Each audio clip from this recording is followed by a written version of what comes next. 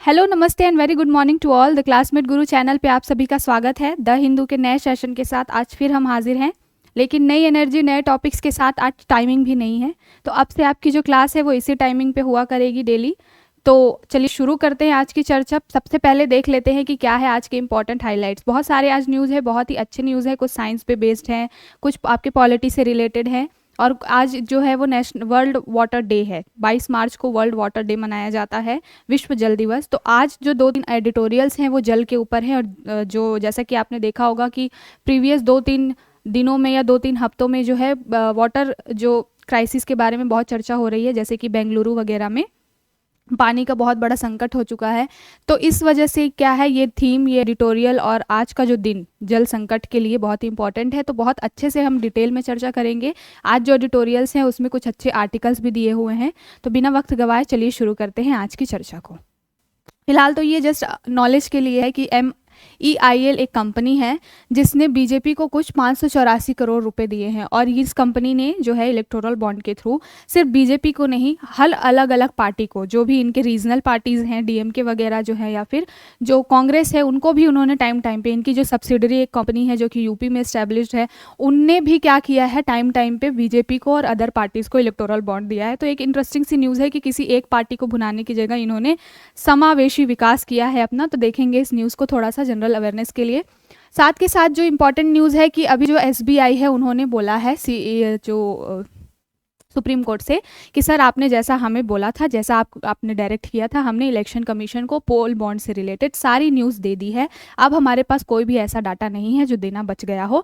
केवल और केवल KYC वाला एक मुद्दा है। तो देखेंगे कि KYC से रिलेटेड क्या टॉपिक है। बाकी उन्होंने फाइनली बोल दिया है सुप्रीम कोर्ट को कि हमने सारा डेटा अब क्या है, इलेक्शन कमीशन को सबमिट कर दिया है। तो ये एक दो न्यूज़ जो है वो जनरल अवेयरनेस से रिलेटेड है। टॉपिक चल रहा है न्यूज़ में तो हमें अवेयर होना चाहिए। आज की जो मेन टॉपिक है वो इससे है। जैसे कल हमने डिस्कस किया था कि जो सेंट्रल गवर्नमेंट है वो क्या कर रही है, कुछ नोटिफाइड कर रही है कुछ रूल्स को, फैक्ट चेक करके फैक्ट चेक यूनिट बना रही है। साथ उसमें क्या होने वाला है कि जो भी सोशल मीडिया पे ऑनलाइन कंटेंट डलेगा गवर्नमेंट से रिलेटेड या गवर्नमेंट की पॉलिसी से रिलेटेड, उसको क्या करेगी, ये PIB वगैरह जैसी साइट्स हैं वो क्या करेंगी, फैक्ट चेक करेंगी। इस तरीके का यूनिट बनाया जा रहा है। तो इससे रिलेटेड एक आर्टिकल आया हुआ है, सुप्रीम कोर्ट में ये मामला गया हुआ था। तो उन्होंने क्या बोला है कि स्टे लगाने की बात की है। तो देखेंगे इस पूरे मुद्दे को।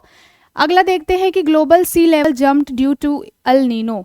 देखिए, नासा ने एक रिपोर्ट जारी की है जिसमें बताया है कि 3-4 सालों में, पिछले 3-4 सालों में जो समुद्र का लेवल है, समुद्री जल स्तर जो है वो क्या हुआ है, उसमें बढ़ोतरी हुई है। तो इसके बारे में देखेंगे। ये आपके GS पेपर 3 में इन्वायरमेंट से रिलेटेड जो टॉपिक आएगा उसमें है ये। साथ के साथ क्लाइमेट चेंज एक बहुत बड़ा ही हॉट बर्निंग टॉपिक रहता है हमेशा। तो नासा ने ये जो रिपोर्ट जारी की है उसमें एल नीनो की वजह से बताया है कि एल नीनो के बारे में बात की है। साथ के साथ सी लेवल जो है, सी वाटर लेवल जो है वो बढ़ रहा है, सी सरफेस लेवल, उसके बारे में बात की है। तो देखेंगे यहाँ पर, ये भी देखेंगे कि अल नीनो और ला नीनो क्या होता है, क्योंकि लाल नीनो क्या होता है, क्योंकि इससे क्या है आपके एग्जाम में क्वेश्चन बनते हैं, PT वगैरह में क्वेश्चन बनते हैं अल नीनो और लाल नीनो में।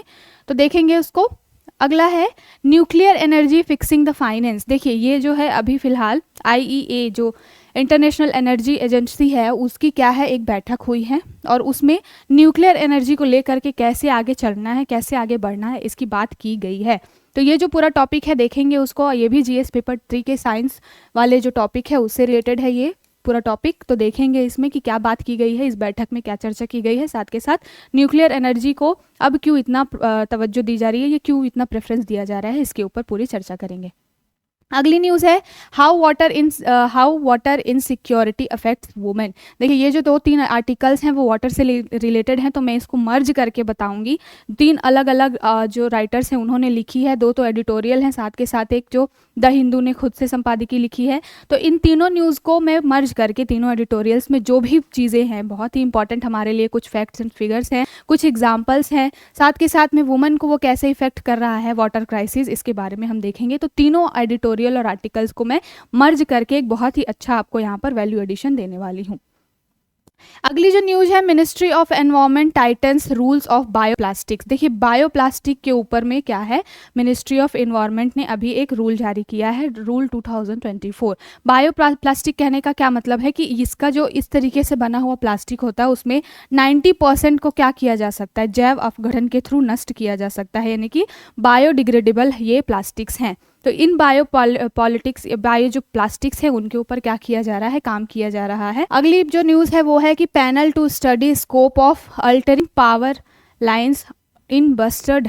जो ग्रेट इंडियन बस्टर्स हैं वो बहुत ही टाइम पे क्या रहती हैं, न्यूज़ में रहती हैं। और ये जो ग्रेट इंडियन बस्टर्ड है वो हमारे जीएस से रिलेटेड बहुत ही, पीटी में भी आपसे इससे क्वेश्चन बनता है। जब पीटी में इन्वायरमेंट वाला सेक्शन आता है तो पीटी में ये बहुत ही फेवरेट टॉपिक होता है। तो ग्रेट इंडियन बस्टर्स के क्या न्यूज़ है, क्यों वो चर्चा में है और क्या उसकी IUCN स्टेटस है, उसको हम देखेंगे। अगली जो एक न्यूज़ है आर्कियोलॉजिकल सर्वे ऑफ इंडिया जो है उससे रिलेटेड है कि भोजशाला एक MP के धार जिले में एक भोजशाला कॉम्प्लेक्स है। जैसा कि ज्ञानव्यापी का मुद्दा आपने सुना होगा, ज्ञानव्यापी में वो मस्जिद और मंदिर वाला जो इशू चल रहा है, सेम वैसा ही एक MP में इशू निकल के आया है। भोजशाला एक जगह है, कॉम्प्लेक्स है जो कि हिस्टोरिकल जो कि बैकग्राउंड रखती है मिडाइवल हिस्ट्री में, इस मिडाइवल हिस्ट्री से रिलेटेड है। तो वहाँ पर ये मुद्दा चल रहा है कि यहाँ पर कुछ मंदिर भी हैं, हिंदू मंदिर भी हैं, साथ के साथ में जो ये पूरा क्षेत्र है यहाँ पर मुस्लिमों ने अपनी मस्जिद भी बना रखी है। तो दोनों धर्म के लोग अपने पूजा पाठ वगैरह और अपना नमाज वहाँ पर अदा करते हैं। तो उससे रिलेटेड है कि अब जो आर्कियोलॉजिकल सर्वे ऑफ इंडिया है इसकी खोज करने जा रहा है, इसकी रिसर्च करने के लिए जा रहा है। तो ये एक पूरा मुद्दा है बहुत ही, अब शायद इसको भी ज्ञानवापी की तरह बहुत ज़्यादा हाईलाइट किया जाए, तो ये हम देखेंगे। अगली जो न्यूज़ है, Tamil Nadu governor define the supreme court से CJI, जो कि मैंने 2-3 दिन पहले एक न्यूज़ तमिलनाडु के गवर्नर जो है N रवि जी, उनके बारे में डिस्कस किया था कि उन्होंने जो तमिलनाडु के एक मिनिस्टर हैं जिनके ऊपर कुछ एलिगेशंस लगे हुए थे भ्रष्टाचार के, तो उनको जब हाई कोर्ट से स्टे मिला कि उनकी सज़ा वगैरह के बारे में स्टे मिला कि फ़िलहाल इनको कोई भी मामला, इन पर जांच चल रही है तो इनको क्या है, बर्खास्त नहीं किया जाना चाहिए।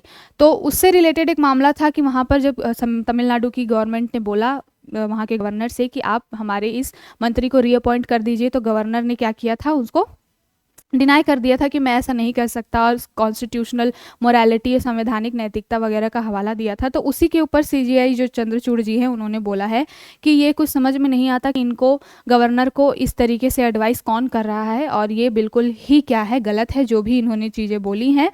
अकॉर्डिंग टू आर्टिकल 164A इनको क्या करना चाहिए, मुख्यमंत्री की सलाह से मंत्रिपरिषद की नियुक्ति करनी है, तो उनको इस चीज़ को फॉलो करना चाहिए, ना कि संवैधानिक नैतिकता का हवाला देकर अपनी मनमर्जी चलानी चाहिए। तो ये है पूरी आज की न्यूज़। और सबसे पहले कि हम चर्चा शुरू करें और आप हमारे साथ बने रहें, लेकिन उसके पहले क्या करिए, आप हमारे चैनल को ज़्यादा से ज़्यादा सब्सक्राइब करिए, क्योंकि नॉन सब्सक्राइबर व्यूअर जो है वो ज़्यादा हैं एज़ कम्पेयर टू जो सब्सक्राइबर्स हैं। तो चलिए शुरू करते हैं।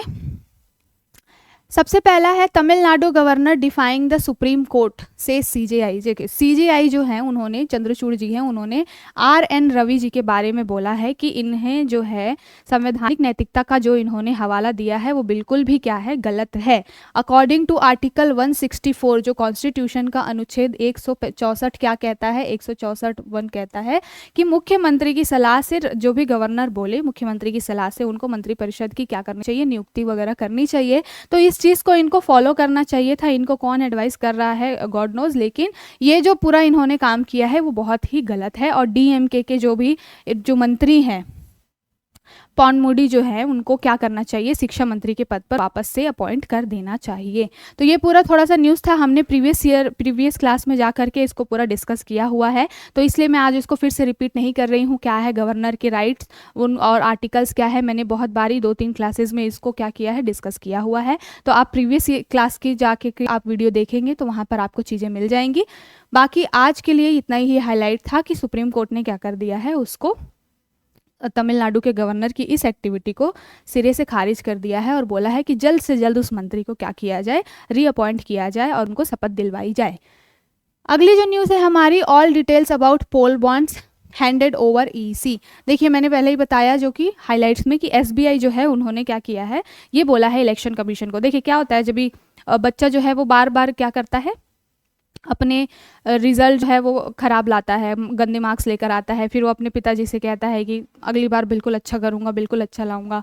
तो ये वाली चीज़ होती है ना कि बार बार फटकार और डांट सुन सुन के क्या होता है, नेक्स्ट टाइम जो इंसान होता है वो बोलता है कि नहीं अब तो मेहनत करके रहनी है, अब तो सारी चीज़ें क्लियर कर देनी है एक बार में। बिल्कुल वैसा ही SBI का काम है। इतनी डांट फटकार सुनी इन्होंने सुप्रीम कोर्ट से कि अब फाइनली इनका हो चुका है कि इन्होंने जा करके बोल दिया सुप्रीम कोर्ट को कि सर अब सारी गलतियों को माफ़ करिए। अब तक जो भी चीज़ें आपने बोली हमने सारी एज इट इज़ अब क्या है इलेक्शन कमीशन को सौंप दी है। अब हमारे पास ऐसा कुछ भी डाटा नहीं है जो कि हमको शेयर करना बाकी हो, सिवाय एक चीज़ के KYC के। हमने जो भी चीज़ें, जो भी लोगों ने या जो भी कंपनियों ने जो है इलेक्टोरल बॉन्ड्स खरीदे हैं, उनका हमने ये तो डाटा रिलीज़ कर दिया कि किस व्यक्ति ने दिए हैं और किसको दिए हैं, किस पार्टी को दिए हैं, लेकिन हमने ये नहीं बताया है कि KYC क्या होता है। KYC का फुल फॉर्म होता है नो योर कस्टमर। मीन्स कि इसमें क्या होता है, जो भी अकाउंट होल्डर होता है उसके बारे में पूरी पर्सनल डिटेल्स होती हैं उसके अकाउंट से रिलेटेड, जैसे कि उसका नाम, उसका आधार कार्ड नंबर, साथ के साथ में उसके पर्सनल अकाउंट वगैरह बहुत कुछ डिटेल्स मांगी जाती हैं इस KYC के थ्रू। तो उन्होंने बोला है कि ये KYC हमने नहीं दिया है। क्यों? क्योंकि अगर हम KYC को सार्वजनिक कर देते हैं तो इससे क्या होगा, साइबर अटैक होने का और उनकी निजता के हनन होने का मामला आ सकता है। तो फिर अगर ऐसा कुछ होगा तो आर्टिकल 21A जो है पॉलिटी में, जो कहता है कि क्या है, निजता के बारे में बात करता है, एक फंडामेंटल राइट्स है ये, तो इसके थ्रू क्या हो सकता है, उनका डाटा जो है वो ब्रीच हो सकता है। इसलिए हमने KYC जारी नहीं की है इलेक्टोरल बॉन्ड्स जिन्होंने खरीदा है उनका। बाकी जो भी डाटा आपको रिक्वायर थी वो हमने इलेक्शन कमीशन को सौंप दिया है। तो ये SBI ने बोला है। तो KYC के बारे में आपको पता होना चाहिए। KYC का फुल फॉर्म क्या है, नो योर कस्टमर।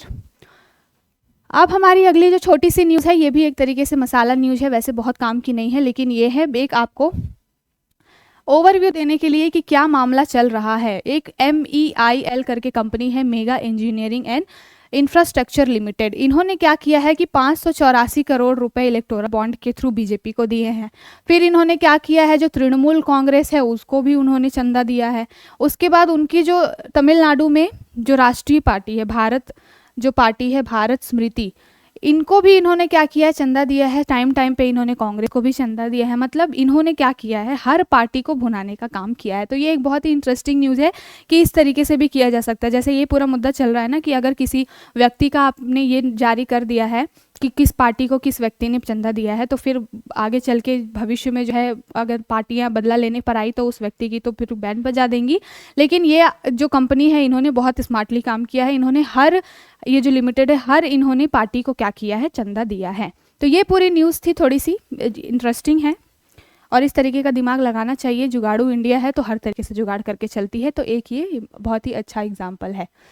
चलिए अगला जो हमारा मेन काम है, यहाँ से शुरू हो रहा है मेन हमारा जो टॉपिक है, ये है global sea level jumped due to El Nino climate change. NASA ने एक रिपोर्ट जारी की है, उसमें बताया है, नासा की रिपोर्ट ने 2022 और 23 के बीच में उन्होंने बताया कि जो सी वाटर सरफेस लेवल है, जो समुद्री जल स्तर है, उसमें लगभग 0.3 इंचेस यानी कि 0.76 सेंटीमीटर की बढ़ोतरी हुई है। तो ये क्या है, अभी आपको लग रहा होगा कि सिर्फ 0.3 तो बढ़ा है, इसमें क्या बड़ी बात है, ये 0.76 सेंटीमीटर क्या बड़ी बात है।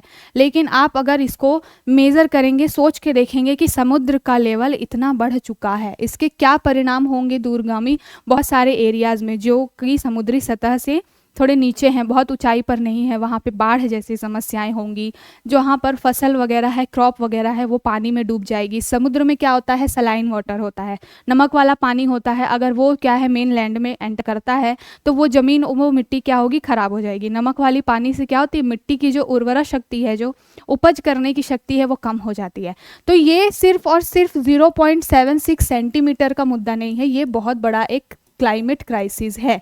तो इसको नासा ने उजागर किया है और उसने बताया है कि ग्लोबल मीन सी लेवल जो है वो 2050 तक क्या होने वाला है, ऑल इंक्रीज हो जाएगा लगभग 20 सेंटीमीटर। अगर हमने इस पर ध्यान नहीं दिया तो क्या होगा कि 2050 तक जो है ग्लोबल सी लेवल जो है वो चला जाएगा कितना, 20 सेंटीमीटर। तो अभी ये 0.76 सेंटीमीटर तो बहुत कम लग रहा है, लेकिन ये 20 सेंटीमीटर सी लेवल का बढ़ना एक बहुत बड़ी बात है।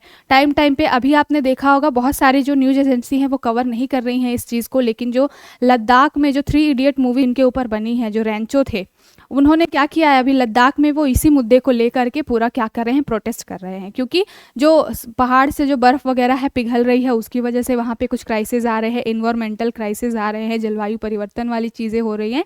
साथ के साथ वो ये भी मांग कर रहे हैं कि उनके जो लद्दाख है उसको कॉन्स्टिट्यूशन के जो है अनुसूची 6 में शामिल किया जाए, जिसमें अभी फिलहाल में कौन कौन से राज्य हैं, असम, मेघालय, त्रिपुरा और मिज़ोरम है। तो वहाँ पर वो कह रहे हैं कि हमें भी शेड्यूल 6 में शामिल कर दिया जाए लद्दाख के लिए, और वहाँ पे एक अलग से प्रशासनिक एक बनाया जाए ग्रुप जो कि वहाँ के क्लाइमेट से रिलेटेड मुद्दों को भी देखे और लद्दाख के इंटरनल चीज़ों को देखे। तो ये पूरा मुद्दा है अभी नासा ने जो रिपोर्ट डाली है उसके बारे में। अब नासा ने इसका कारण क्या बताया है, अल नीनो। तो हम यहाँ पर देखेंगे हमारे एग्जाम से रिलेटेड क्या इंपॉर्टेंट है, अल नीनो और ला नीना क्या होता है, क्योंकि आपसे पीटी में इस तरीके के प्रश्न बनते हैं।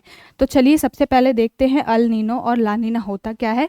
देखिए ये दोनों के दोनों क्या करते हैं, मौसम के ऊपर बहुत बड़ा इफेक्ट डालते हैं। अल नीनो जो है, अल नीना का मतलब है कि ये जब सक्रिय होता है तो भारत में बहुत ही कम बारिश होती है या लगभग सूखा वाली स्थिति होती है, लेकिन जब ला नीना सक्रिय होता है तो भारत में क्या होती है, बहुत अच्छी बारिश होती है और ये हमारे मानसून के लिए अच्छा होता है। देखिए ला नीना इसके नाम में ही है, ला नीना। अगर आप चाहे कभी आपको कन्फ्यूजन हो कि कौन बारिश लाता है कौन सूखा लाता है तो क्या कर सकते हैं, ला नीना में ही ला है, मतलब ये क्या करता है, बारिश लाने का काम करता है। तो आप इसको यहाँ से एक बेसिक समझ के लिए यहाँ से देख सकते हैं।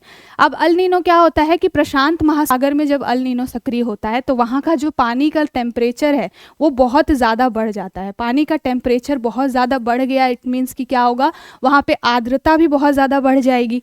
पानी जब बहुत गर्म होता है तो क्या करता है, वो वाष्प को क्या करता है, अपनी तरफ खींचता है और उसकी वजह से क्या होती है, आर्द्रता बढ़ जाती है। और उस आर्द्रता से क्या होता है, जो बूंदें हैं वो बहुत बड़ी बड़ी हो जाती हैं और बहुत भारी हो जाती हैं। टेम्परेचर बहुत हाई होगा, आर्द्रता बहुत ज़्यादा होगी, बूंदें बहुत भारी हो जाएंगी तो क्या होंगी, बहुत ज़्यादा दूर तक वो ट्रैवल नहीं कर पाएंगी और वहीं आसपास किसी क्षेत्र में बरस जाएंगी। तो जब प्रशांत महासागर में अल नीनो जो है वो सक्रिय होता है तो क्या होता है कि जो दक्षिण अमेरिका वाला क्षेत्र है वहाँ पर ही बहुत ज़्यादा बारिश हो जाती है। तो ये वाला जो रीजन है वो क्या होता है, वहाँ पर बाढ़ वगैरह की स्थिति आ जाती है। लेकिन इसका गलत इम्पैक्ट क्या पड़ता है कि ऑस्ट्रेलिया वाला क्षेत्र है या फिर भारत वाला जो क्षेत्र है वहाँ पे सूखा हो जाता है, क्योंकि पानी में इतनी आर्द्रता होती है कि वो वहाँ के आसपास के रीजन में ही बरस जाता है, बहुत ज़्यादा जो है डिस्टेंस ट्रेवल नहीं कर पाता है। तो ये अल नीना होता है, अल नीनो होता है। साथ के साथ ला नीना मैंने जैसे बताया कि ये भारत के लिए अच्छा होता है। तो ला नीना में क्या होता है कि जो टेम्परेचर है वो पानी का, ये भी उठता है प्रशांत महासागर में, मध्य और पूर्वी प्रशांत महासागर में, लेकिन क्या होता है, पानी जो है वो भी सामान्य से अधिक क्या हो जाता है, यहाँ पे ठंडा हो जाता है, ठीक है। लेकिन टाइम पे जो है वो कहीं ना कहीं से उसको जो गर्म जल धाराएं वगैरह होती हैं उनसे वो क्या करता है, वाष्प ले लेता है और अपने पैटर्न में बदलाव करके फिर क्या होता है, ला नीना जो है वो ऑस्ट्रेलिया के क्षेत्र में साथ के साथ भारत में क्या होता है, मॉनसून को लेकर आता है। तो ये अल नीना और ला नीनो के बीच में, जो अल नीनो और ला नीना के बीच में क्या हुआ, बेसिक डिफरेंस हुआ। अभी मैंने स्टार्टिंग में ही वैसे बता दिया कि इसके क्या इफेक्ट होते हैं, लेकिन फिर देख लेते हैं कि अल नीनो जब सक्रिय होता है तो क्या होता है, दक्षिण अमेरिका में बाढ़ जैसी स्थिति होती है, लेकिन ऑस्ट्रेलिया वाले क्षेत्र में क्या हो जाता है, सूखा हो जाता है। एक मैप के थ्रू समझिए कि ये आपका इंडिया वाला रीजन है, यहाँ पर आपका क्या है, ऑस्ट्रेलिया वाला रीजन है, ठीक है। और इधर कहीं पे आपका क्या है, बिल्कुल रफ मैप बना रही हूँ मैं, इधर आपका क्या है, अमेरिका है, ठीक है। ये नॉर्थ अमेरिका, साउथ अमेरिका, ये बिल्कुल रफ मैप बना रही हूँ।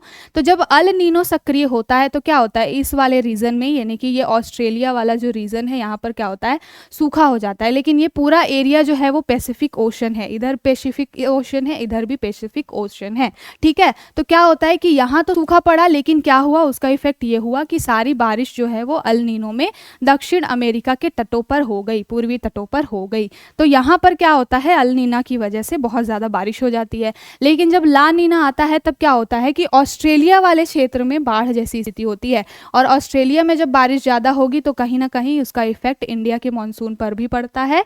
तो फिर क्या होता है, इंडिया में भी बहुत अच्छी बारिश होती है। तो ये पूरा अल नीनो और ला नीना का कॉन्सेप्ट है। कन्फ्यूजन हमेशा होता है कि कौन अल नीना है कौन ला नीनो है, तो इसमें बस यही बेसिक डिफरेंस है कि ला नीना मतलब कि ला मतलब लाना, तो आप ऐसे याद रख सकते हैं कि ला नीनो की जब बात होती है, ला नीना की जब बात होती है तो क्या होता है, इंडिया में बारिश होती है बहुत ज़्यादा, मानसून अच्छा रहता है, और इंडिया के पास ही में ऑस्ट्रेलिया है, ज़्यादा दूरी नहीं है, तो ऑस्ट्रेलिया में भी अच्छी बारिश होती है। और जब अल नीनो आता है तो क्या होता है, ये दोनों नाम इतने बेसिक, इतने क्लोज हैं कि हमेशा इनको प्रोनाउंस करने में भी दिक्कत होती है, जैसे कि मेरा भी यहाँ पर स्लिप ऑफ टंग बार बार हो रहा है। तो अल नीनो जो होता है उसकी वजह से क्या होता है, दक्षिण अमेरिका में बहुत ज़्यादा बारिश आती है। तो आई होप आपको समझ में आया होगा, कोई भी कन्फ्यूजन नहीं होगा। ला नीना मतलब लाना जो है इंडिया में बारिश लाने के लिए ला नीना काम का है। ठीक है, तो फिर मैंने जो अभी तक चीज़ें बताई वही यहाँ पर है कि अल नीनो में क्या होता है, ये मध्य पूर्वी प्रशांत क्षेत्र में होता है, साथ के साथ जो टेम्परेचर है पानी का अधिक गर्म हो जाता है। ला नीना में होता है कि पानी सामान्य से अधिक ठंडा हो जाता है। इसका प्रभाव कहाँ पर पड़ता है, दक्षिण अमेरिका में बाढ़ आ जाती है अल नीनो की वजह से। और ये क्या होता है, इसकी अवधि 9 महीने से लेकर 2 साल तक हो सकती है, और ये हर 2 से 7 साल में आता है। तो हर 2 से 7 साल के बीच में क्या होता है, बाढ़ सूखा जैसी स्थिति हो जाती है इंडिया और ऑस्ट्रेलिया में, और बाढ़ आ जाती है कहाँ पर, दक्षिण अमेरिका वाले रीजन में अल नीनो की वजह से। और ला नीना की वजह से क्या होता है, ये भी सेम है, 9 महीने से लेकर 2 साल तक रहता है, 2 से 7 सालों के बीच में ये भी सक्रिय होता है, लेकिन ये हमारे लिए फ़ायदेमंद होता है। ला नीना से क्या होती है, जो इंडिया है और ऑस्ट्रेलिया वाला रीजन है वहाँ पर क्या होती है, अच्छी बारिश होती है। तो ये रहा पूरा मुद्दा, सारी चीज़ें हमने डिस्कस की। अब आपको आई होप कोई कन्फ्यूजन नहीं रहा होगा। अब चलते हैं हम अपने बहुत ही इंपॉर्टेंट टॉपिक पे। जैसा कि मैंने स्टार्टिंग में ही बताया कि आज क्या है, 22 मार्च। 22 मार्च को क्या मनाया जा रहा है, जो वर्ल्ड वाटर डे है, जो विश्व जल दिवस है, वो मनाया जा रहा है। और इसकी थीम क्या रखी गई है इस बार, वाटर एंड पीस। तो बहुत इंपॉर्टेंट है, जल के द्वारा क्या किया जा रहा है, पीस लाने की, यानी कि शांति लाने की बात की जा रही है। तो वर्ल्ड वाटर डे के उपलक्ष्य में क्या है, आज जो द हिंदू में 2-3 आर्टिकल्स आए हुए हैं जो कि बहुत ही इंपॉर्टेंट हैं।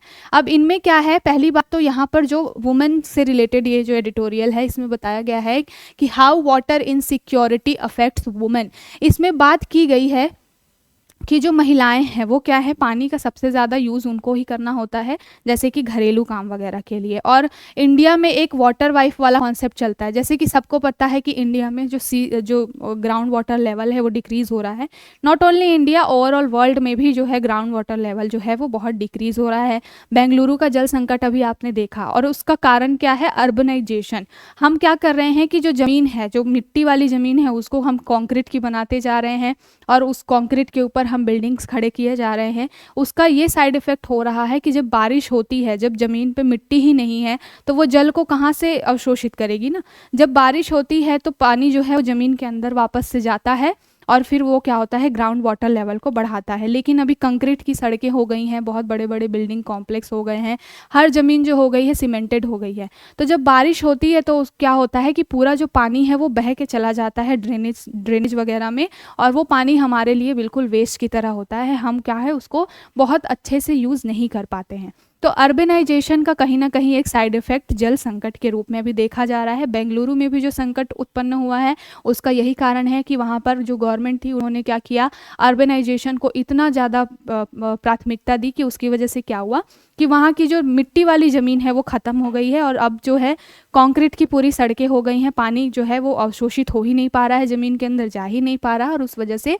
जो ग्राउंड वाटर लेवल है वो नहीं बढ़ पा रहा है। तो यहाँ पर इस आर्टिकल में महिलाओं के बारे में बात की गई है, पानी को महिलाओं के साथ कैसे इंटरलिंक किया गया है, ये बहुत ही इंपॉर्टेंट है। ये जो पूरा एडिटोरियल है आपको जीएस पेपर 1 में सोसाइटी वाले टॉपिक में, और सोसाइटी में भी कहाँ पर, जो वुमेन एम्पावरमेंट वाला टॉपिक है वहाँ पर आपको बहुत हेल्प करेगा कि पानी के संकट को एक अलग एंगल से देखा गया है। इसमें बात की गई है कि सबसे ज़्यादा महिलाएं इसका यूज़ करती हैं, और जब क्या होता है कि महिलाओं को, इस आर्टिकल में ही बोला गया है कि पानी के लिए अभी हमारे यहाँ ये स्थिति है कि 18% जो भारत की आबादी है, पूरी विश्व की 18% भारत में जनता रहती है, वर्ल्ड के अगर हम तुलना करें वर्ल्ड से तो। और पानी का अगर हम देखें तो 4 से 5% ही सोर्स भारत को उपलब्ध है।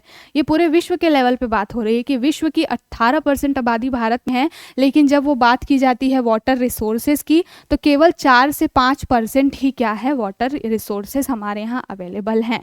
साथ के साथ इसमें ये बात की गई है कि जो भारत में है जल घर घर तक, हाउस होल्ड तक पहुंच इतनी कम है कि हर महिला को या हर घर के व्यक्ति को लगभग 1.5 से 2 किलोमीटर जाना पड़ता है पानी के लिए। स्पेशली जो ग्रामीण क्षेत्र हैं, जो रूरल एरियाज़ हैं, वहाँ पर क्या हो रहा है कि जो महिलाएं हैं उनको 1.5 से 2 किलोमीटर तक डेली पानी के लिए जाना पड़ता है।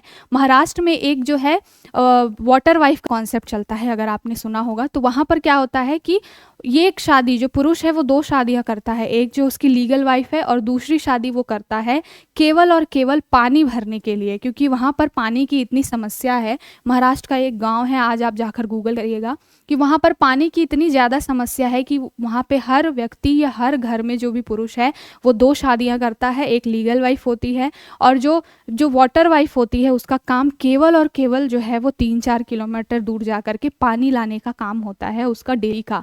और उनसे रिलेटेड एक मामला कोर्ट में भी गया था कि ये जो वाटर वाइफ्स होती हैं उनको क्या है, कोई भी पत्नी का हक या दर्जा नहीं दिया गया है। इट मीन्स उनको, जैसे कि पत्नियों को दर्जा दिया जाता है कि अगर डाइवोर्स वगैरह होता है तो कुछ अलाउंसेस या कुछ भत्ता जो है वो देता है हस्बैंड, लेकिन जो ये वाटर वाइफ्स होती हैं इनकी सोशल सिक्योरिटी का कोई भी मुद्दा है ही नहीं। इनको केवल और केवल पानी भरने के लिए वहाँ पर रखा गया है। तो ये बहुत इंटरेस्टिंग कॉन्सेप्ट है महाराष्ट्र का।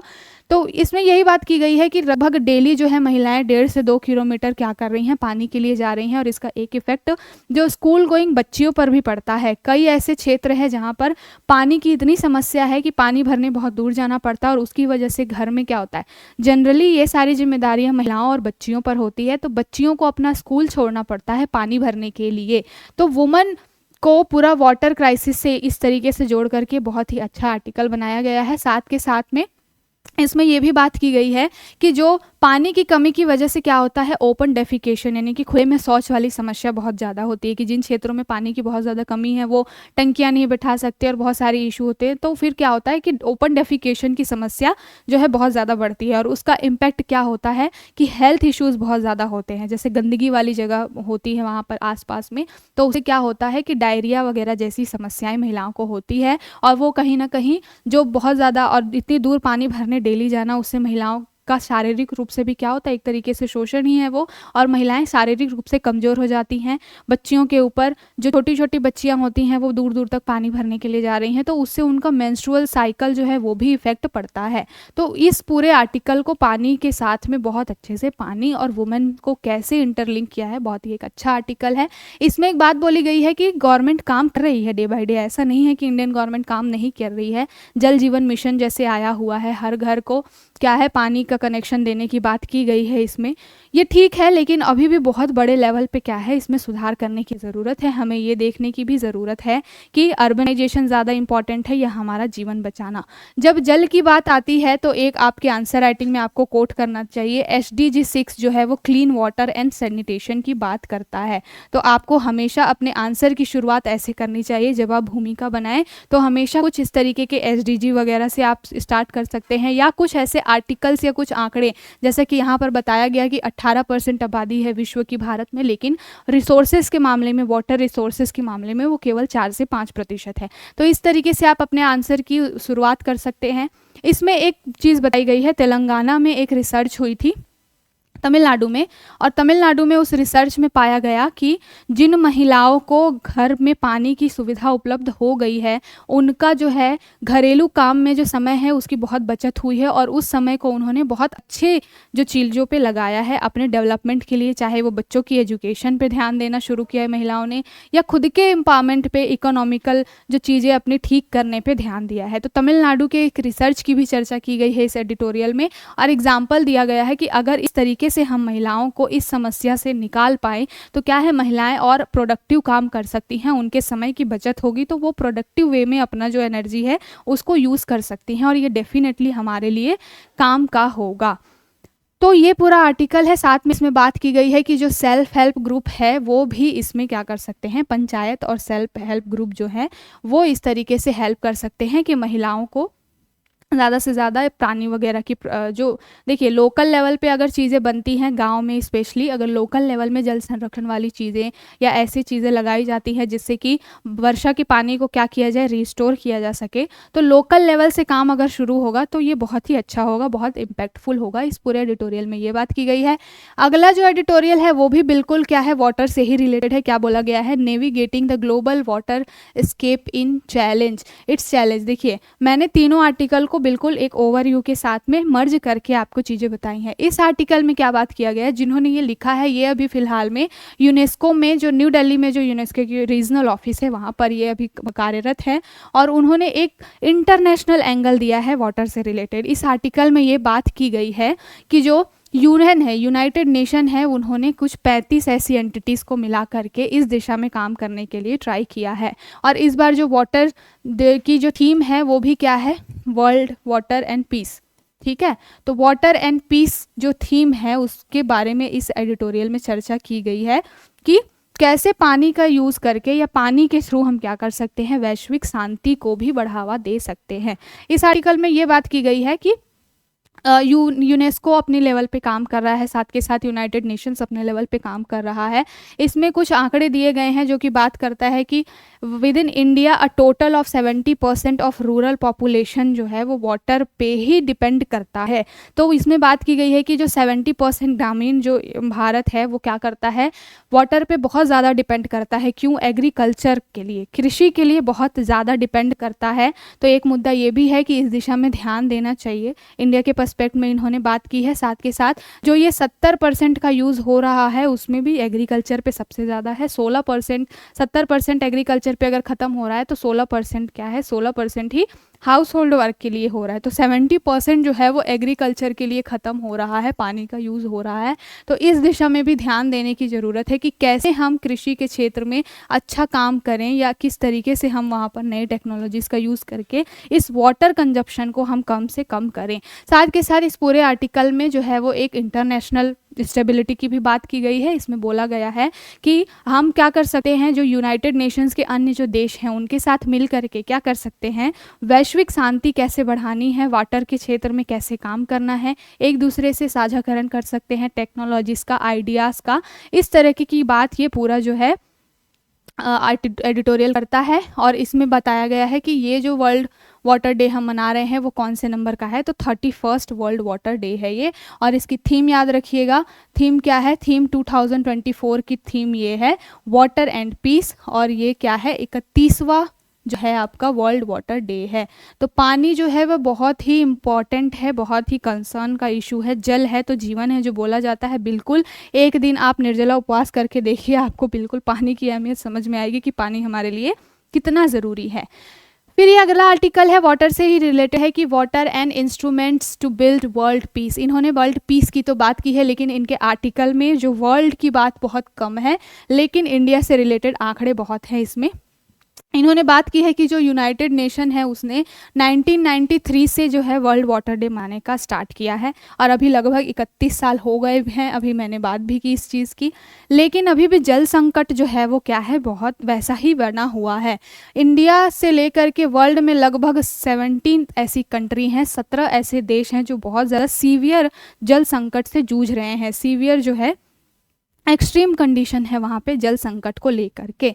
तो ये पूरी बात की गई है इसमें। साथ के साथ में इंडिया के रिस्पेक्ट में बात की गई है यहाँ पर कि अलग अलग क्षेत्र में ग्राउंड वाटर लेवल की क्या कंडीशन है उसके बारे में बात की गई है कि सबसे ज़्यादा दिक्कत कहाँ पर हो रही है। पंजाब, राजस्थान, दिल्ली, हरियाणा जैसे कुछ राज्य हैं जिन पे पानी की सबसे ज़्यादा जो है वो दिक्कत हो रही है। उसके बाद उत्तर प्रदेश, गुजरात, मध्य प्रदेश, तमिलनाडु, और अभी आपने बेंगलुरु वाली चीज़ तो देख ही रहे हैं आप। तो ये कुछ रीजंस हैं जहाँ पर सबसे ज़्यादा पानी की कमी हो रही है।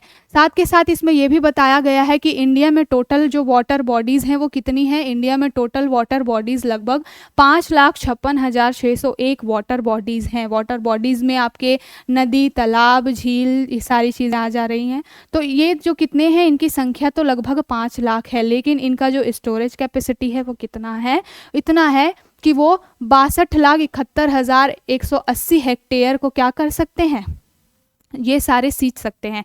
अभी मात्र 5 लाख, 5.5 लाख के करीब में वाटर बॉडीज़ हैं, लेकिन उनके ऊपर डिपेंडेंसी लगभग 62,71,000 हेक्टेयर ज़मीन को सींचने की है। तो ये आंकड़ों के थ्रू बात की गई है कि कितनी ज़रूरत यहाँ पर इंडिया में पानी की हो रही है और ये हमारे लिए कितना इम्पॉर्टेंट है कि हम जल ग्रहण, भूजल ग्रहण के ऊपर ज़्यादा से ज़्यादा ध्यान दें। तो ये पूरा आर्टिकल जो है वो आंकड़ों के थ्रू ज़्यादा बात कर रहा है। इसमें बहुत सारी चीज़ें बताई गई हैं, जैसे कि मैंने अभी बताया कि किन जगहों पे या किन क्षेत्रों में बहुत ज़्यादा बारिश की ज़रूरत है, पानी की ज़रूरत है। साथ के साथ मैंने ये बताया 17 ऐसी कंट्रीज़ हैं जो सीवियर वाटर क्राइसिस से जूझ रही हैं या जूझने वाली हैं। इसमें कुछ गवर्नमेंट की स्कीम्स के बारे में बोला गया है, जैसे कि पर ड्रॉप मोर क्रॉप, जो कि मोदी जी चलाते हैं स्कीम, साथ के साथ में गांव का पानी गांव में, उसके साथ उसके बाद में क्या है, प्रधानमंत्री कृषि सिंचाई योजना। इस तरीके की कुछ योजनाओं की भी बात की गई है कि ऐसा नहीं है कि काम नहीं हो रहा है, लेकिन और बहुत ज़्यादा ध्यान देने की इसमें ज़रूरत है, ये पूरा एडिटोरियल कहता है। तो हमने 2-3 एडिटोरियल्स जो थे उसको क्या किया, मर्ज करके एक साथ देख लिया। अब एक मिनिस्ट्री जो है, ये अगली जो न्यूज़ है उसमें क्या है कि मिनिस्ट्री ऑफ एनवायरनमेंट ने क्या किया है, टाइटन कर दिया है रूल को, किसके, बायोप्लास्टिक के। बायोप्लास्टिक क्या होता है, बायोप्लास्टिक ऐसे प्लास्टिक्स होते हैं जिसका 90% आप क्या कर सकते हैं, जैव अपघटन के थ्रू या बायोडिग्रेडेशन के थ्रू नष्ट कर सकते हैं। देखिए, आपने कहीं पे एक रिसर्च पढ़ी होगी तो शायद आपने पढ़ा होगा कि जो प्लास्टिक जैसी चीज़ें होती हैं जो कि हम डेली बेसिस पे यूज़ करते हैं, वो जब ज़मीन पे आप फेंक देते हैं, जब वो यूज़, जैसे कि ब्रश वगैरह चीज़ें हो गई, जब आप उसको ऐसे ही फेंक देते हैं तो वो डिग्रेड होने में लगभग 5000 साल का समय लेता है। 500 से 5000 साल तक वो प्लास्टिक एज इट इज़ बनी रहती हैं, आपके इन्वायरमेंट से नष्ट नहीं होती हैं। तो सोचिए कि कितने बड़े लेवल पे वो आपके इन्वायरमेंट को साथ के साथ इनडायरेक्टली डायरेक्टली आपको भी इम्पेक्ट कर रहे हैं। तो इसीलिए अभी क्या किया है, जो मिनिस्ट्री ऑफ एनवायरनमेंट है उन्होंने जो है बायोडिग्रेडेबल प्लास्टिक के ऊपर में काम करना शुरू किया है। पिछले साल से ही उन्होंने इसके लिए जो नोटिस वगैरह निकाली थी और अभी एक रूल निकाला है 2024 का, और इसमें क्या कर दिया है, रूल्स को थोड़े टाइट कर दिए हैं। लेकिन हर साल होता है कि प्लास्टिक को बैन किया जाता है, बट ये काम जो है सही तरीके से यूज़ नहीं हो पा रहा है। देखिए, नाम क्या है उस रूल का, India's plastic waste management amendment rule 2024। तो इसको याद रखिएगा, India's plastic waste management amendment rule आया है 2024 का, जिसके तहत बायो प्लास्टिक के ऊपर क्या है और कड़ी निगरानी करने की और कड़े रेगुलेशन करने की बात की गई है। अब हम अपने एग्जाम से रिलेटेड यहाँ से कुछ फैक्ट उठा लेते हैं कि रूल्स में क्या बात की गई है। जो प्लास्टिक अपशिष्ट प्रबंधन संशोधन रूल है, नियम है 2024 का, उसमें बात की गई है कि कुछ चीज़ों पर प्रतिबंध लगाया गया है। 100 माइक्रोन से कम मोटाई वाले जो प्लास्टिक और कैरी बैग हैं और 12 इंच से कम लंबाई वाले जो प्लास्टिक कैरी बैग हैं, उनको क्या किया गया है, उनके उत्पादन पे और उनकी बिक्री और उपयोग पे प्रतिबंध लगाया गया है। कितने, 100 माइक्रोन से कम मोटाई, साथ के साथ 12 इंच से कम लंबाई वाले प्लास्टिक। साथ के साथ में इसमें एक विस्तारित उत्पादक जिम्मेदारी की बात की है। जब मैं आई दृष्टि की क्लास ले रही थी तो मैंने EPR के बारे में बताया था कि जो भोपाल का एक जो म्यूनिसिपल का जो है परिषद है, वो क्या कर रहा है, EPR के ऊपर काम कर रहा है। ये करंट की न्यूज़ थी। EPR क्या होता है कि इसमें क्या होता है, प्लास्टिक पैकेजिंग और उत्पादक जो भी उत्पादन कर रहे हैं उनके ऊपर ये जिम्मेदारी होती है कि ये इन वेस्ट का क्या करें, स्टोर करें और उसको नष्ट करें। तो EPR का फुल फॉर्म क्या है, विस्तारित उत्पादक जिम्मेदारी, और ये एक्सटेंडेड जो प्रोड्यूसर रिस्पॉन्सिबिलिटी अंग्रेजी में कहते हैं।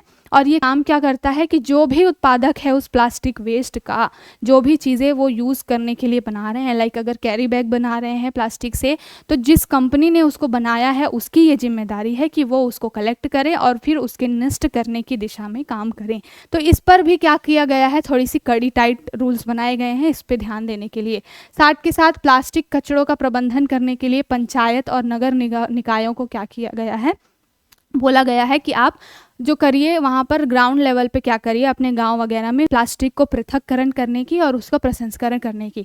कुछ ऐसे गांव हैं अभी भी रूरल एरियाज़ में जहाँ पर पंचायतें बहुत अच्छा काम कर रही हैं, और जो भी वेस्ट मटेरियल आपसे घर घर से कलेक्ट होके जाता है, वहाँ पे कुछ 10-12 लोगों की टीम होती है पंचायत के लेवल पे, जो क्या करती है, इन कचड़ों को अलग अलग करती है, गीला कचरा, सूखा कचरा। देखिए, गवर्नमेंट जो है बहुत एडवर्टाइज़ करती है कि 2-3 हरे नीले जैसे डब्बे अलग अलग दिए जाते हैं, लेकिन फिर भी जो जनता है ना, वो बिल्कुल सुधरती नहीं है। बोला जाता है उसमें कि गीला कचरा आपको एक हरे डब्बे में रखना है या सूखा कचरा अलग करके रखना है। वो इसलिए बोला जाता है कि जब ये इस तरीके के प्रसंस्करण क्षेत्रों में जाता है या पंचायतों पे जाता है, तो सामने वाला जो व्यक्ति है जो ये काम कर रहा है इनको अलग करने का, उसके लिए आसानी हो। इसलिए बोला जाता है। लेकिन जो जनता है या हम आप हैं इतना रिस्पॉन्सिबल नहीं होते इस चीज़ों के लिए, तो हम क्या करते हैं, वैसे ही गीला कचरा सूखा कचरा क्या करते हैं, एक ही में भर के बिल्कुल दे देते हैं। जबकि क्या होना चाहिए, जैसा गवर्नमेंट ने बोला है कि अलग अलग करके रखना चाहिए। तो इसी प्लास्टिक कचरे के प्रबंधन के लिए क्या है, पंचायतों और नगर पालिकाओं को, नगर निकायों को बोला गया है कि आप इसके प्रसंस्करण पृथक्करण पर ध्यान दीजिए। और भी बहुत सारी चीज़ें हैं, जैसे जागरूकता अभियान बनाना, और साथ के साथ में क्या करना, जो सिंगल यूज़ प्लास्टिक नियम आया था 2016, उसमें कुछ चीज़ें मेंशन की गई थी, उसी में थोड़ा सा संशोधन करके क्या कर दिया गया, 2024 में नया रूल लाया गया है। और इसका उद्देश्य सिर्फ और सिर्फ इतना है कि जो भी अभी जो चीज़ें ये प्लास्टिक से रिलेटेड हैं, जो कि अभी अनदेखी की जा रही है जनता के द्वारा, उसको क्या किया जाए और थोड़ा सा रेगुलेट किया जाए। तो ये पूरी न्यूज़ है, मैंने बात कर ली कि क्या है पूरी न्यूज़, साथ के साथ मैंने बात कर ली आपके जो क्या नियम आए हैं वो। और इसका पूरा नियंत्रण करने का काम किसका है, सीपीसीबी जो कंट्रोल बोर्ड है, पॉल्यूशन कंट्रोल बोर्ड है आपकी, केंद्रीय प्रदूषण नियंत्रण बोर्ड, वो इस तरीके के काम देखती है। और वो क्या कर रही है, एक केंद्रीकृत ऑनलाइन पोर्टल भी उन्होंने स्थापित करने के लिए बोला है कि ऐसा कुछ होना चाहिए जिसके थ्रू हम क्या कर सके, जागरूकता फैला सके, साथ के साथ में हम इसके प्रबंधन की दिशा में और काम कर सके, सो दैट जो भी हम नए रूल्स ला रहे हैं या जो भी हम एक्ट वगैरह बना रहे हैं वो बेहतर तरीके से इम्प्लीमेंट हो। ये सारा चीज़ देखने का काम क्या है, सीपीसीबी कर रही है और इस दिशा में प्रयास कर रही है। अब भारत के रिस्पेक्ट में देख लेते हैं कि क्या स्थिति है। तो भारत में सालाना लगभग 3.4 मिलियन टन प्लास्टिक कचरा उत्पन्न हो रहा है।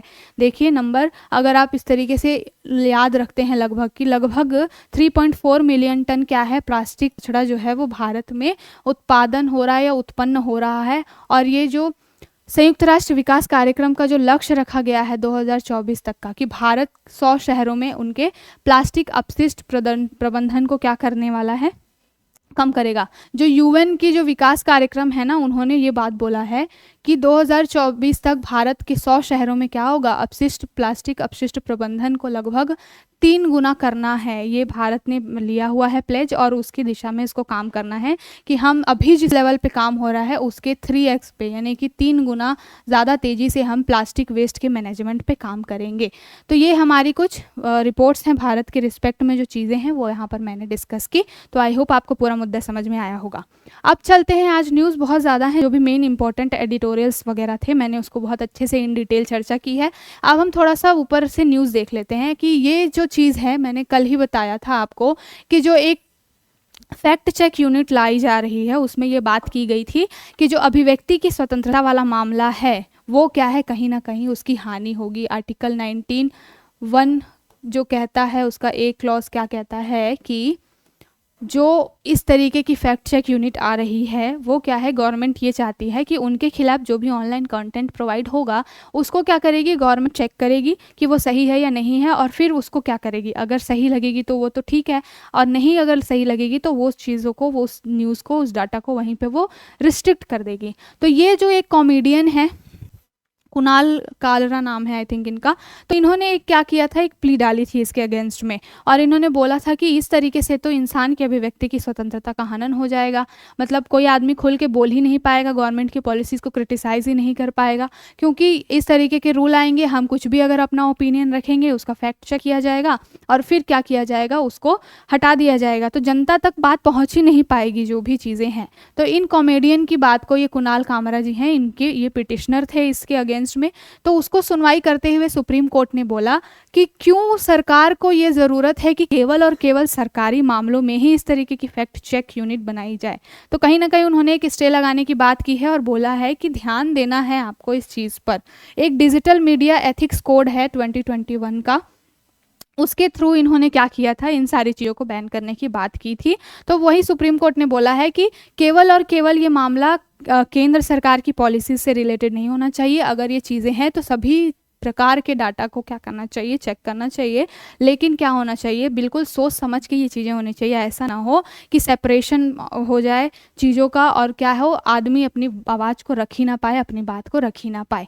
तो ये थोड़ा सा मुद्दा था जनरल अवेयरनेस से रिलेटेड। अब बहुत ही इंपॉर्टेंट ये हमारे लिए टॉपिक है, ग्रेट इंडियन बस्टर्स। ये आपके जीएस पेपर 3 में इन्वायरमेंट वाले सेक्शन में बहुत ही इंपॉर्टेंट है ये, और ये आज से नहीं 5-10 सालों से चर्चा में है। देखिए इशू क्या है इनका मेजर, जो ग्रेट इंडियन बस्टर्ड्स हैं वो साइज़ में बहुत ज़्यादा बड़े हैं।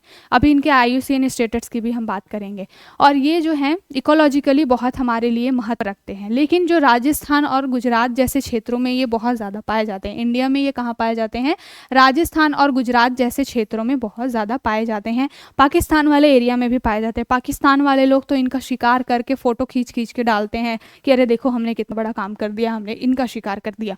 तो ग्रेट इंडियन बस्टर्ड हमारे लिए इतने इंपॉर्टेंट क्यों है? क्योंकि इनकी संख्या दिन प्रतिदिन कम होती जा रही है।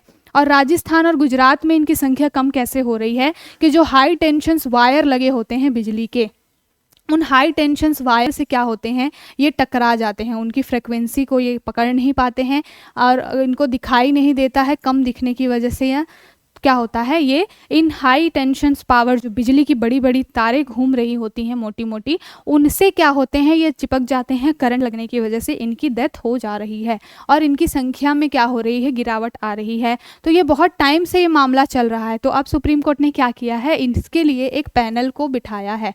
पैनल में बहुत सारे लोग हैं, नाम इतना इंपॉर्टेंट नहीं रहेगा आपके लिए क्योंकि संख्या बहुत ज़्यादा है, लेकिन ये इंपॉर्टेंट है ग्रेट इंडियन बस्टर्ड का इशू।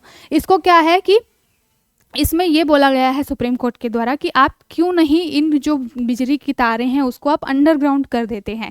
तो इससे रिलेटेड जो राजस्थान और गुजरात के जो राज्य हैं वो सरकारें जो हैं वो कहती हैं कि ये इतना पॉसिबल भी नहीं है जितना आसान लग रहा है।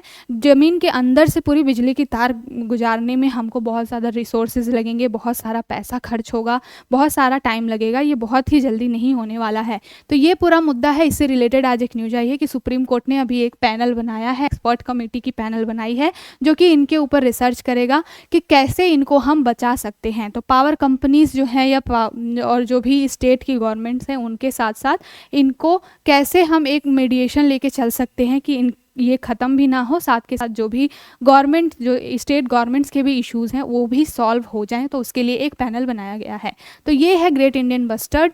और इनसे रिलेटेड आपको क्वेश्चन कैसे बनता है, प्रीवियस ईयर पेपर में आपने देखा होगा कि इनसे क्वेश्चन आते ही आते हैं। तो ग्रेट इंडियन बस्टर्ड्स कहाँ कहाँ देखे जाते हैं? ये एक बड़ा स्थलीय पक्षी है जो कि भारत में और पाकिस्तान में मिलता है, मैंने जैसा कि स्टार्टिंग में ही बताया। और इनमें क्या है, इनकी बहुत सारे नाम भी हैं जैसे कि मालघोक, यरमुट, घोराड़, गोदावन, तुकदार, सोहन, ये सारे क्या हैं, इनके कुछ प्रसिद्ध नाम हैं। तो इसको भी आप याद रखिएगा कि अगर इस तरीके से कभी पूछ लिया जाए तो कंफ्यूज ना हो जाए। आप इसको क्या कहते हैं, भारत में जनरली ये गोदावन नाम चलता है, तो गोदावन पक्षी के रूप में इनको जाना जाता है ग्रेट इंडियन बस्टर्ड को। और इनका क्या है, IUCN कंडीशन अभी क्या है कि ये लुप्तप्राय हो चुके हैं। भारत में ये गंभीर रूप से क्या है, लुप्तप्राय हैं। तो इसको क्रिटिकली एक्सटिंक्ट है ये, इसको ध्यान में रखिएगा। IUCN का स्टेटस क्या है फिलहाल ग्रेट इंडियन बस्टर्ड के लिए कि ये क्रिटिकली एक्सटिंक्ट होने की कगार पर हैं। ठीक है, तो ये पूरा मुद्दा है। आपके क्वेश्चन कहाँ से बनते हैं, यहीं से बनते हैं। गुजरात और राजस्थान से रिलेटेड है ये। मेजरली कहाँ पर ये पाए जाते हैं, राजस्थान और गुजरात में पाए जाते हैं। राजस्थान का तो राज्य पक्षी भी है ग्रेट इंडियन बस्टर्ड, तो इसको ध्यान में रखिएगा। और इनका साइंटिफिक नाम क्या है, आर्डियोटीरा नाइप्रिसप्स। तो इसका नाम साइंटिफिक नेम याद रखिएगा। बाकी आपके जो क्वेश्चन बनते हैं वो उसके IUCN स्टेटस से रिलेटेड बनते हैं, साथ के साथ है कौन से राज्यों में वो ज़्यादा पाए जाते हैं, किस क्षेत्र में पाए जाते हैं। ठीक है, तो ये हम देख लिए। उसके बाद हम थोड़ा सा और भी न्यूज़ देख लेते हैं अपने एग्ज़ाम से रिलेटेड कि जो जून में मिनिस्ट्री ऑफ जो पर्यावरण मंत्रालय है उनने क्या किया था, राजस्थान सरकार और भारतीय वन्य जीव संस्थान ने मिल करके डेजर्ट नेशनल पार्क में क्या किया था, इनके संरक्षण के लिए एक प्रजनन केंद्र स्थापित किया था। तो ये ध्यान में रखिएगा कि किन दो संगठनों या संस्थाओं के बीच में, जो राजस्थान की सरकार है साथ के साथ जो भारत की पर्यावरण मिनिस्ट्री के अंदर अगर आने वाली जो भारतीय वन्यजीव संस्थान है उसने मिलकर के क्या किया था, एक संरक्षण केंद्र या प्रजनन केंद्र बनाया था। कहाँ पर, राजस्थान के डेजर्ट नेशनल पार्क में। तो ये बहुत एक इंपॉर्टेंट फैक्ट है आपके लिए। आवास का नुकसान इनको क्या है, ये मोस्टली जो रहते हैं वो शुष्क घास वाले मैदान में रहते हैं। तो क्या होता है कि घास की कमी होने की वजह से भी और कृषि कार्यों के लिए जब ज़मीन को साफ कर दिया जाता है तो भी इनके साथ में क्या होता है, आवास की जो है वो समस्या उत्पन्न हो जाती है। साथ के साथ इनका बहुत बड़े लेवल पे शिकार भी होता है, अवैध शिकार होता है। जैसा कि मैंने स्टार्टिंग में बताया कि पाकिस्तान में क्या है, इनको मार करके दिखाया जाता है कि अरे देखो हमने ग्रेट इंडियन बस्टर्ड को मार दिया। तो इनका अवैध रूप से शिकार होता है, ये एक इनका इशू है। साथ के साथ अभी जो हमारे इंडिया में मुद्दा चल रहा है वो क्या चल रहा है कि ये बिजली की तारों से जो टकरा जाते हैं उससे रिलेटेड ये इंडिया में बहुत ज़्यादा न्यूज़ में रहते हैं। तो ये था कुछ ग्रेट इंडियन बस्टर से रिलेटेड न्यूज। अब ये एक चीज़ है जिसको हम कल डिस्कस करेंगे बहुत डिटेल से। ये कर्नाटका के गवर्नमेंट के गवर्नर के और साथ के साथ कर्नाटका की जो सरकार है उसके बीच में एक टसल है। कल सैटरडे है तो कल बहुत सारे आर्टिकल्स नहीं आते हैं, तो कल हम क्या करेंगे, इसको बहुत अच्छे से चर्चा करेंगे कि क्या है ये बिल, क्या है इसके पहले के प्रोविजंस, और साथ के साथ में ये डिस्कस करेंगे कि क्यों अभी फ़िलहाल उसमें चेंजेस करने के लिए गवर्नमेंट और मुख्यमंत्री के बीच में टसल चल रहा है। अब अगली जो न्यूज़ है वो भोजशाला, जैसे मैंने कि बताया कि archaeological survey of Bhojshala complex to begin today. आज से जो है भोजशाला जो कॉम्प्लेक्स है उसका आर्कियोलॉजिकल जो सर्वे है वो चालू हो जाएगा। मतलब कि अब वहाँ पर खुदाई की जाएगी और देखा जाएगा कि वहाँ पे पहले मंदिर था कि वहाँ पर मस्जिद था। सेम जो ज्ञानवापी वाला जो एरिया जो अभी मुद्दा में चल रहा है, बिल्कुल वही वैसा ही एक मामला आया है यहाँ पर। तो हम देख लेते हैं। हमने ये तो जान लिया कि ये आज से शुरू हो रहा है, अभी टाइम टाइम पे अगर ये चर्चा में रहेगा, अगर किसी मीडिया ने इसको इतनी प्रेफरेंस दी तब। लेकिन हमारे लिए यहाँ से क्वेश्चन क्या बनेगा कि ये भोजशाला का हिस्ट्री क्या है। तो भोजशाला की हिस्ट्री हमारे लिए क्वेश्चन बन सकता है, इसको हम देख लेते हैं। प्रीलिम्स के लिए बहुत इंपॉर्टेंट है ये। भोजशाला क्या है, इसका जो नाम है उसको तोड़ेंगे अगर तो इसका मतलब होता है भोज का कमरा। ठीक है, और ये कहाँ पर है, मध्य प्रदेश के धार शहर में स्थित है। साथ के साथ एक ऐतिहासिक इमारत है। और इसकी कब हुई है स्थापना, तो मध्यकालीन जो समय था, मिडाइवल हिस्ट्री का टाइम था, उस समय में हुई है। और ये तब किस लिए प्रसिद्ध था, तो राजा की शिक्षा और कला के काम के लिए राजा ने इसको संरक्षण दिया हुआ था। तो एमपी का ये भोजशाला क्षेत्र ध्यान में रखिएगा, जो है मध्यकालीन भारत से ये रिलेटेड है। साथ के साथ किसने, तो परमार वंश के जो राजा हैं उन लोगों ने इसको बहुत ज़्यादा संरक्षण दिया था। तो आपसे पीटी में इस तरीके के क्वेश्चन बन सकते हैं कि किसने इनको संरक्षण दिया है, तो परमार वंश के राजा हैं, उन्होंने इस भोजशाला को संरक्षण दिया था। यहाँ पर क्या चलती थी, एक तरफ तो मंदिर है यहाँ पर जहाँ पर पूजा पाठ चलती है, और दूसरी तरफ मस्जिद है जहाँ पर शुक्रवार के दिन में नमाज अदा की जाती है। ठीक है, और मस्जिद का नाम क्या है, कमाल मौला मस्जिद। तो ये पूरा क्षेत्र जो है वो इसके नाम से जाना जाता है। और जो प्राचीन काल में ये एक संस्कृत पाठशाला भी हुआ करती थी, तो भोजशाला इसको बोला जाता था। अब अगर परमार वंश के राजाओं ने बनाया है तो जाहिर सी बात है कि हो सकता है कि यहाँ से भी कुछ हिंदू रिलीजन से रिलेटेड लिंक निकल के आ जाए और फिर ज्ञानवापी जैसा कुछ मुद्दा हो जाए। तो अब देखते हैं इसके बारे में। फिलहाल आज से इसका सर्वे चालू होगा। अब हिस्टोरिकल बैकग्राउंड हमने परमार वंश से जान लिया, अब ये जान लेते हैं कि ये बना कब था। तो ये दोनों संरचनाएं जो हैं वो 12वीं शताब्दी के आसपास की हैं, जो ये संस्कृत पाठशाला है और जो ये मस्जिद है 12वीं शताब्दी के आसपास ये बनाई गई हैं। और इसमें क्या है, एक तो है भोजशाला में बहुत बड़ा कक्ष, साथ के साथ बहुत सारे छोटे छोटे कमरे और स्तंभ वगैरह हैं। विवाद में ये कब से, अभी से नहीं रहा है, 20वीं शताब्दी से ही ये विवाद में रहा है। तो देखते हैं कि अब फिलहाल क्या होता है। इसकी वजह से 1984 में दोनों समुदायों के बीच, हिंदू और मुस्लिम के बीच में हिंसा भी हो चुकी है। कुछ 2011 में ही आर्कियोलॉजिकल सर्वे ने बात की थी कि इसका क्या करना है, हमें ऐतिहासिक चीज़ें निकालनी है, इसकी जड़ें खोदनी है। तो ये मुद्दा आज का नहीं है, बहुत पुराना है। लगभग 1984 से क्या चल रहा है, ये दोनों के बीच में टसल चल रहा है। अब हम जान लेते हैं जो आर्कियोलॉजिकल सर्वे ऑफ इंडिया है वो जो खनन का काम शुरू करने वाली है, तो उसके बारे में थोड़ा सा जान लेते हैं, क्योंकि आपसे यहाँ से संस्थाओं से प्रश्न बिल्कुल बनते हैं, प्रीलिम्स में आपके बनेंगे। तो देख लेते हैं कि आर्कियोलॉजिकल सर्वे, इसको क्या कहते हैं, भारतीय पुरातत्व सर्वेक्षण। ठीक है, तो ये क्या है, एक तरीके का संस्थान है जो क्या करता है, पुरातात्विक खोज करता है, संरक्षण करता है पर्यटन स्थलों वगैरह के बारे में, और उनके संवर्धन की भी बात करता है। ऐतिहासिक स्थलों की खोज करता है, उनके संवर्धन की बात करता है। अब कुछ हिस्ट्री जानेंगे। तो एएसआई की स्थापना कब हुई थी, 1861 में अलेक्जेंडर कनिंघम को क्या किया गया था, इनके एक बिठाया गया था इनको, और ये पहले पुरातत्व सर्वेक्षक के रूप में नियुक्त हुए थे, फिर बाद में आगे चल के। तो ये थी आज की पूरी चर्चा। आई होप आपको आज का सेशन अच्छा लगा होगा। अगर आपको हमारी पहल अच्छी लग रही है तो हमारे द क्लासमेट गुरु चैनल को ज़्यादा से ज़्यादा लाइक करें, शेयर करें, सब्सक्राइब करें। Thank you.